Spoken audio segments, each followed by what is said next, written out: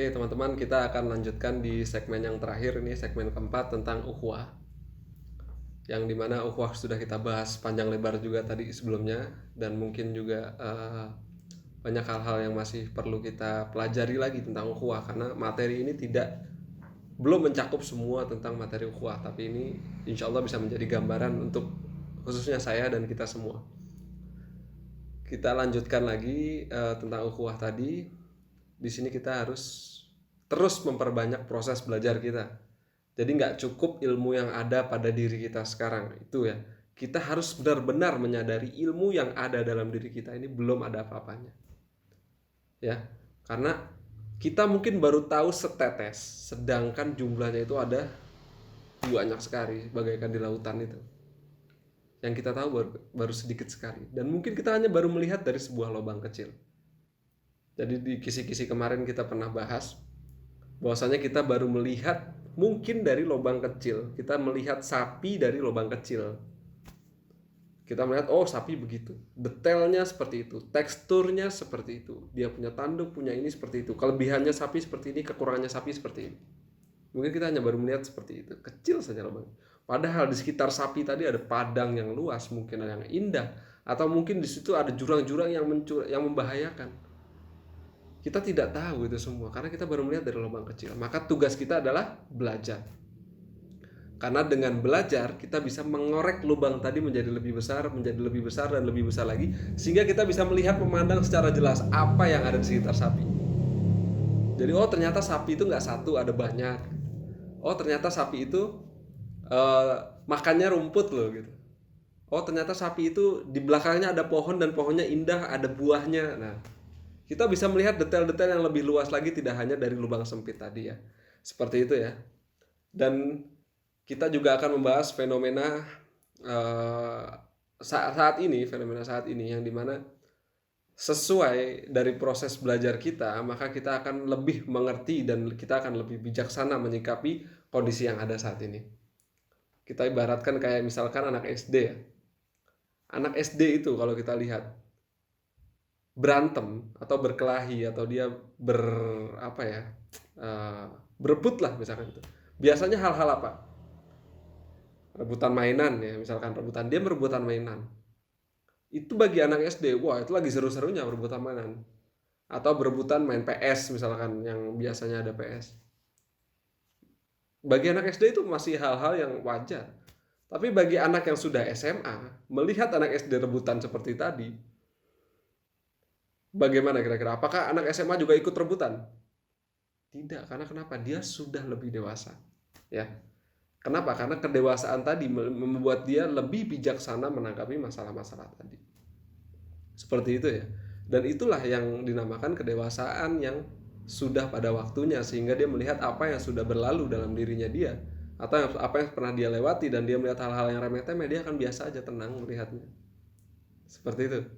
Itu anak SMA. Lalu kita lihat anak SMA apa sih zaman sekarang yang lagi seru-serunya bagi anak SMA? Anak SMA misalkan dia ngebut-ngebutan naik motor. Atau misalkan dia tawuran. Bagi orang-orang yang sudah dewasa, tadi, orang yang sudah dewasa melihat anak SMA gitu, ngapain anak SMA begitu? Apakah dia mau ikutan juga tawuran atau ikutan ngebut-ngebutan motor? Kan enggak juga, karena tingkat kedewasaannya sudah meningkat. Tingkat kedewasaan ini juga dipengaruhi sama pemahaman karena dari proses belajar tadi. Jadi semakin belajar dia akan semakin mengerti, dan insya Allah akan semakin dewasa dan bisa bijaksana melihat itu semua dan tahu cara bersikap kayak gitu ya.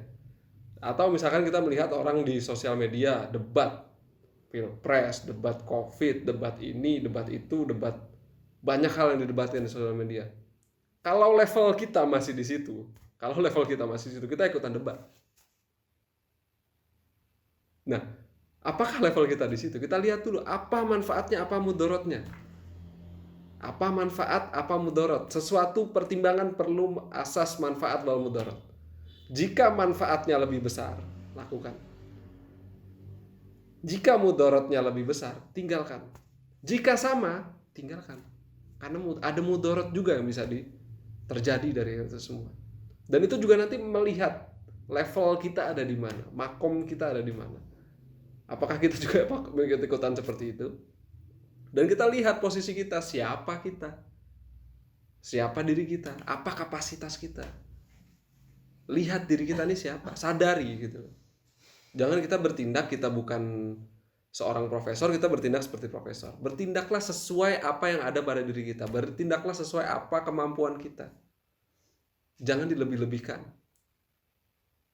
Kayak gitu ya, jangan dilebih-lebihkan. Kita mampu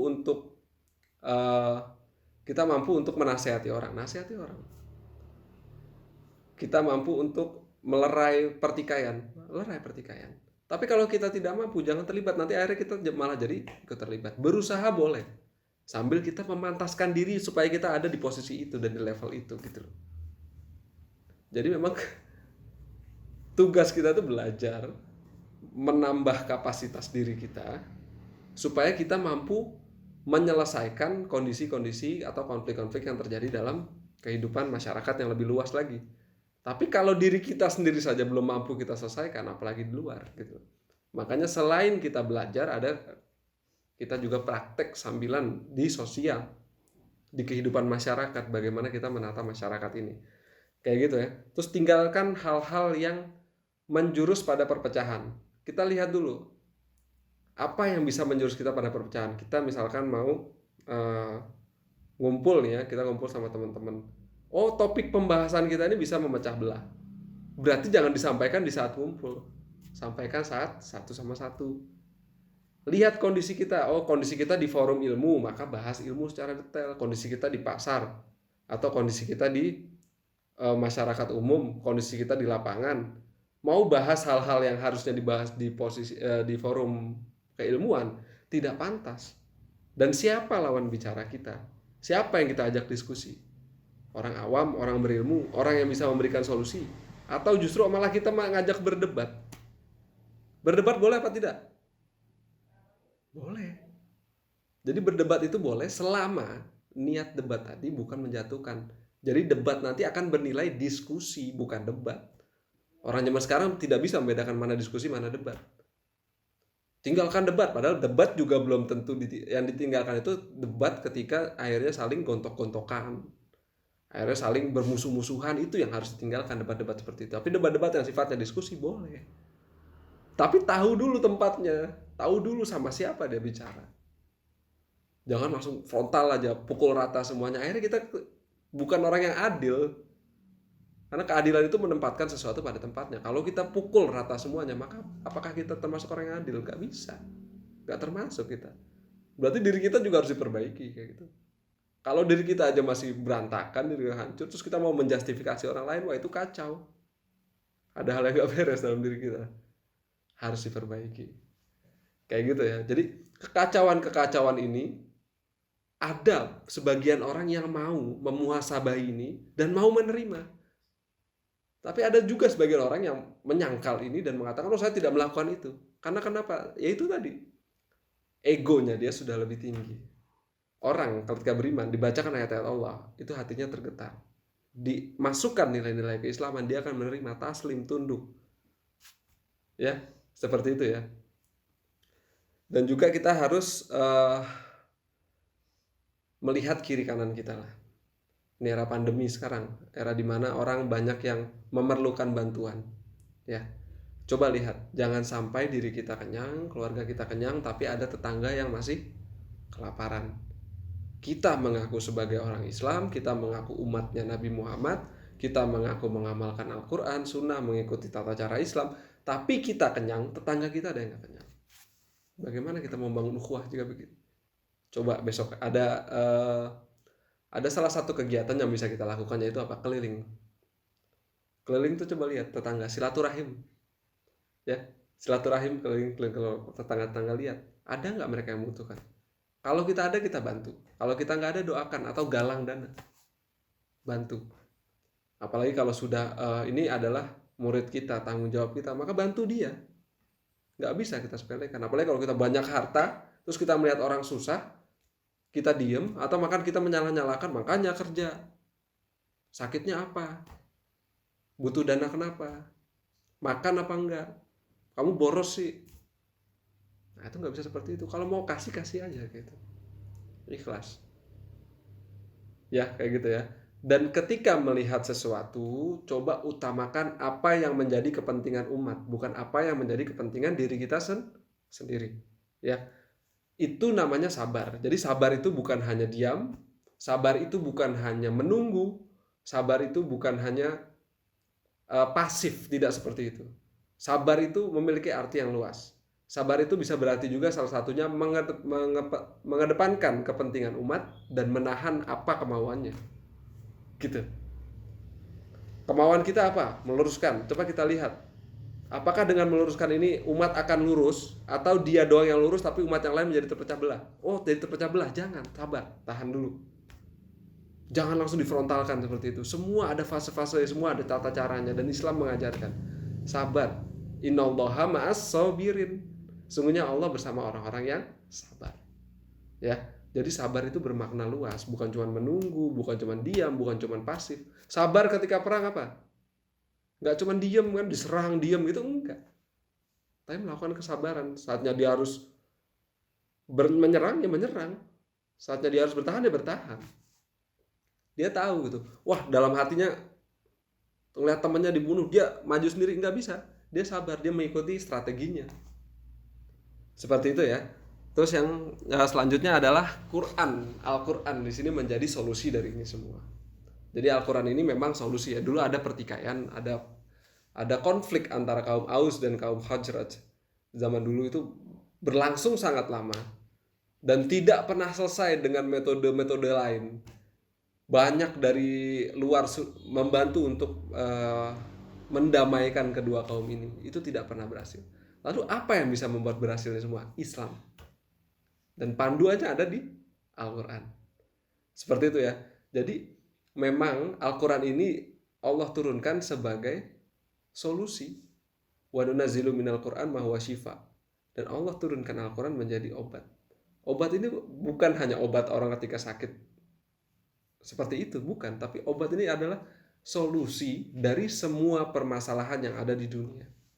Kembalikan ke Al-Quran, kembalikan ke Sunnah, kembalikan ke nasihat-nasihat yang baik untuk kita. Dengarkan para ulama. Oh, ulama satu berpendapat ini, oh ulama B berpendapat seperti ini. Kita mau ikut yang mana terserah.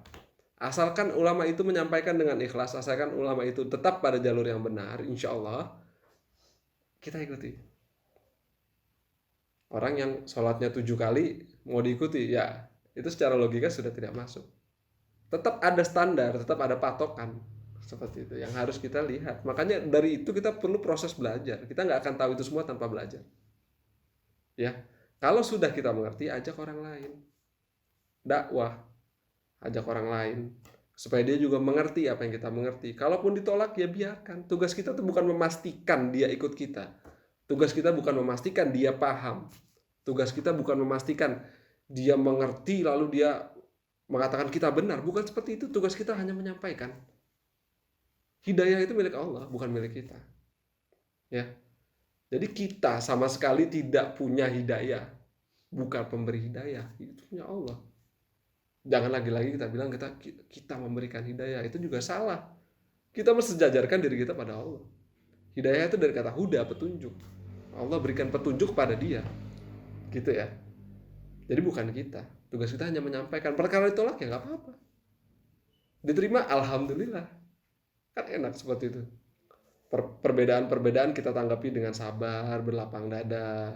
Kalaupun mereka punya dalil, ya sudah biarkan.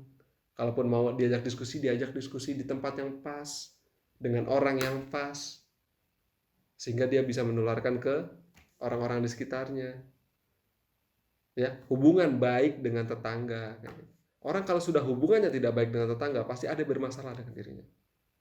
Kayak gitu. Karena tetangga itu bakal menemui kita setiap hari. Dulu ayah saya sering bilang, kalau kamu udah nggak bagus sama tetanggamu, nah itu berarti ada yang salah sama kamu. Makanya dulu ayah saya tuh kalau di tempat saya itu di Tanah Abang, Jakarta, itu hampir semua tetangga kenal. Dan semua tetangga itu memanggilnya sebagai abah, karena saat itu umurnya paling senior, jadi dipanggilnya abah. Orang di ujung sana tanya rumahnya abah di mana, datang. Karena kenapa? Silaturahimnya bagus, sama tetangganya bagus. Ada orang sakit dibantuin, ditolongin, didatengin, butuh digendong. Ada orang kelaparan disamperin. Karena sama tetangga bagus. Nah, kalau kita sama tetangga udah nggak bagus, udah ngerasanin, udah saling menjelekkan sama tetangga, udah saling gibah, wah itu udah ada yang bermasalah dengan diri kita. Seperti itu ya. Jadi perbaiki hubungan kita sama tetangga. Yang paling dekat, adik kakak, orang tua. Adik kakak berantem, coba kita lihat, cek apakah kita masih nggak teguran. Ada nggak adik kakak yang masih nggak teguran? Berbahaya itu. Karena kenapa? Kalau kita mengaku Islam, maka tegur. Jangan berlama-lama, jangan berlarut-larut. Seperti itu ya. Hubungan adik kakak yang ada yang renggang atau ada yang berantem, masalah-masalah kecil, entah masalah apa, perbaiki. Sama tetangga, perbaiki. Karena tetangga itu adalah saudara kita yang dekat. Kayak itu. Apalagi kalau dia baik, maka balas juga kebaikannya. Kalau dia nggak baik, ya berikan kebaikan. Kayak gitu. Jadi tugas kita tuh bukan ngebalas jahat, ngebalas baik. Mau dikasih jahat, mau kasih baik, balas baik. Itu yang Rasul contohkan, itu yang Rasul ajarkan. Jangan karena orang benci sama kita benci balik, biar seimbang. Nggak gitu. Ya, orang benci sama kita ya biarin aja. Orang ngegibahin kita ya biarin aja. Justru makasih kita sama dia. Karena kenapa? Dosa-dosa kita berkurang insya Allah. Kayak gitu. Dengan kita digibah, dengan kita dijelek-jelekan, nggak apa-apa kayak gitu. Tapi kita jangan berlaku seperti itu. Kitanya yang bisa memperbaiki kepada dia.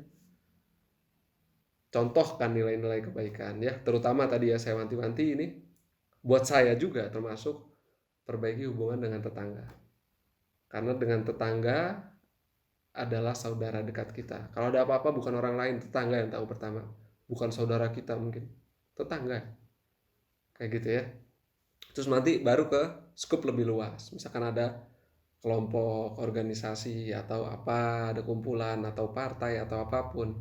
Bentuknya apapun, perbaiki hubungan silaturahim di situ sehingga terbangun jalinan ukhuwah. Ya, nanti juga berskala bernegara. Juga perbaiki juga, jangan main saling ceng-cengan lah, jangan saling ledek-ledekan. Nggak berguna kayak gitu. Dan nggak ada hikmahnya. Satu dengan yang lainnya saling hina tuh nggak ada hikmahnya. Satu mengatakan, oh lu kelompok ini, oh lu kelompok ini. Nggak, udah. Stop itu semua. Kita perbaiki. Negara kita punya semboyan apa? Bhinneka Tunggal Ika. Dan perbedaan adalah fitrah. Walaupun berbeda-beda, tujuannya satu, berbangsa dan bernegara dan memajukan negara Indonesia. Ya sudah, kita menjadi satu. Kalau mau ada perbedaan masalah politik apa segala macam, harus tanggapi santai aja. Nggak usah berlebihan. Toh juga dia teman kita, toh dia juga saudara kita. Kayak gitu. Apalagi sesama muslim nih. Yang sudah saling kayaknya membara ya. Yang dia harus jatuh, yang satu lagi dia harus jatuh, yang ini dicitrakan buruk, yang ini dicitrakan buruk. Udah, jangan, stop itu semua. Kita perbaiki dari sekarang. Mulai dari mana? Mulai dari diri kita. Ibda bin nafsik. Ya, mulai dari diri kita sendiri, ke keluarga kita, kalau bisa ke tetangga-tetangga kita, cakupan lebih luas sehingga terbangunlah ukhuwah Islamiyah. Dan itu semua nanti hanya bisa terjadi jika didasari dengan cinta dan kasih sayang. Tanpa cinta dan kasih sayang tidak akan mungkin itu terjadi. Dan itu semua harus dengan ketenangan. Karena ketenangan adalah watak penghuni surga. Ya Tuhan nafsul mutmainnah, irji ila rabbiki radiyatan mardiyah wadkhuli fi ibadi wadkhuli jannati. Hai orang-orang yang berjiwa tenang, yang memiliki jiwa tenang. Ya, irji'i ila rabbiki radiyatan mardiyah. Dipanggil sama Allah orang-orang itu. Masuklah ke dalam surga. Jiwanya tenang. Nah, ketenangan itu bisa didapat dari apa? Dari kebijaksanaan, dari kedewasaan kita menghadapi segala hal sehingga kita bisa tenang di dunia, barulah kita layak masuk ke surganya Allah. Kayak gitu ya. Jadi memang santai, kalem, jangan terburu-buru karena tergesa-gesa itu sifatnya setan juga. Pertimbangkan baik-baik, lihat dari segala macam sudut pandang. Jangan langsung menjustifikasi. Paman saya Ustadz Munir Ahmad pernah berkata, orang yang menghakimi orang lain itu sama dengan mengadili dirinya sendiri, sama dengan menjelek-jelekan dirinya sendiri. Kalau dia orang Islam, dia mengaku Islam tapi dia menjudge orang lain, menjustifikasi orang lain, berarti Islamnya ini dipertanyakan kayak gitu. Apakah dia sudah benar-benar berislam? Apalagi menggibah orang lain, maka apakah layak seorang Islam melakukan hal seperti itu? Saling cinta, persaudaraan itu yang harus kita tebar. Jangan kita menebar permusuhan. Rapatkan ukhuwah, Seperti rapat-rapatnya soft ketika kita sholat. Mungkin saat ini pandemi sedang ada peraturan soft agak renggang, ya nggak apa-apa. Kita lihat ulama, ya nggak apa-apa. Kalaupun mau soft rapat, ya nggak apa-apa. Boleh-boleh aja kayak gitu. Oh, saya mau soft rapat walaupun pandemi, ya monggo silakan kayak gitu. Mungkin punya pertimbangan yang lain. Oh, saya mau ikuti soft-soft renggang karena ini pandemi, ulama mengatakan seperti itu, ya monggo saja. Itu juga boleh kayak gitu. Silakan aja gitu. Yang penting kita nggak usah berantem lah masalah-masalah kayak gitu. Sekarang ini kita punya PR bersama, bagaimana bangsa kita bisa bersatu. Kita ini sedang retak-retaknya. Kita ini sedang menghadapi badai persaudaraan. Kalau kita terus-teruskan dengan pola yang ada kita sekarang, pola kebencian yang ada sekarang, mungkin negara kita bisa hancur. Mungkin umat Islam di Indonesia ini bisa pecah-pecah makin luas lagi. Dan tentunya kita tidak mau itu semua. Kita ingin umat itu menjadi umatan wahidah, umat yang satu. Bukan satu itu bukan berarti serentak ya, sama semuanya jadi lembut semua, enggak. Atau semuanya jadi tegas semua, enggak. Semua punya bidangnya masing-masing. Yasudduhu ba'duhum ba'dan. Yang satu saling melengkapi dengan yang lainnya. Ya, ada perlu ketegasan, ada perlu kelembutan, ada perlu kebijaksanaan, ada perlu kekuatan, power. Ada perlu juga di situ kekuasaan, macam-macam, dan semuanya saling melengkapi. Dan semua ini adalah bagian dari sebuah sistem yang diterapkan Allah yang bernama ukhuwah Islamiyah. Itu saja mungkin dari saya. Kita akan bahas tema-tema lain di pertemuan berikutnya. Kali ini mungkin itu saja dari saya untuk ukhuwah Islamiyah. Mungkin tidak lengkap, mohon dimaafkan. Jika ada benar datangnya dari Allah, jika salah mutlak kesalahan dari saya. Walaupun kesalahan dari saya pun tetap Allah izinkan. Karena saya pun tidak akan bisa berbuat salah. Karena kenapa? Saya makhluknya Allah. Kalaupun saya berbuat salah itu pasti atas izin Allah. Maka tugas saya adalah memperbaiki kesalahan saya. Kebenaran, kesalahan itu diizinkan sama Allah baru bisa terjadi. Kalau nggak diizinkan nggak akan terjadi. Jadi kalaupun hari ini saya salah itu atas izin Allah. Dan apakah Allah mengizinkan saya salah? Ya, untuk saya mengintrospeksi kesalahan-kesalahan saya. Ya, seperti itu ya. Oke, mungkin itu saja. Sekian. Wassalamualaikum warahmatullahi wabarakatuh.